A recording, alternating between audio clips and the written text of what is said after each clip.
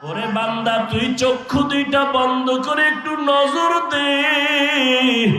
ওরে তোর চেহারাটা কে বানাইছেন? এত সুন্দর কণ্ঠ কে দান করেছেন? এত সুন্দর সূর্য কে বানাইছেন?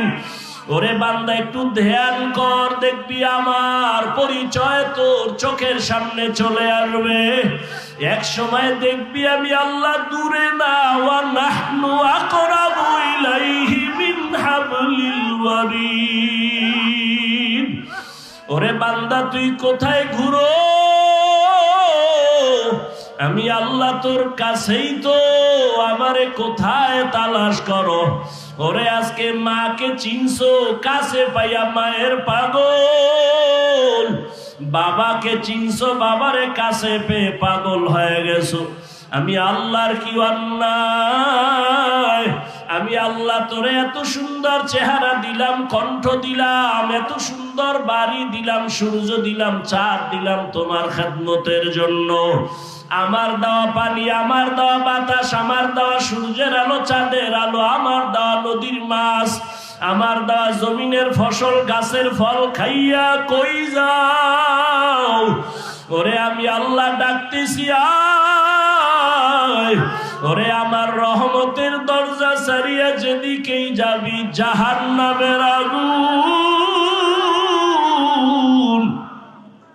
আমি আল্লাহ পাক তোরে কত আদর করে বানাইছি, যেই রাস্তায় যাবি ওখানে জাহান্নামের গরম কেমনে সহ্য করবি? সূর্যের গরম সইতে পারো না।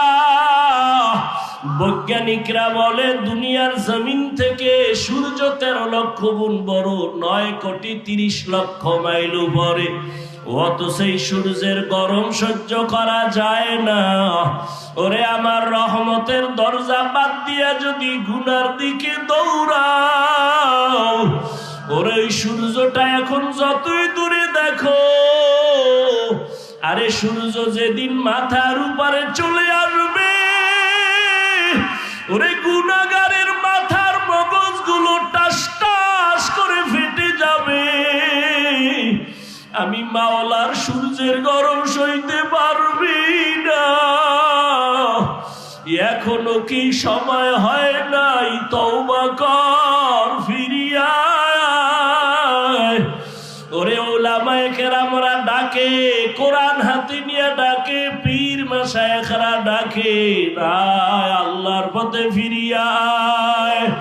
ওরে যেখানেই যাবি মাওলার দরজা ছাড়া কোনো দরওয়াজা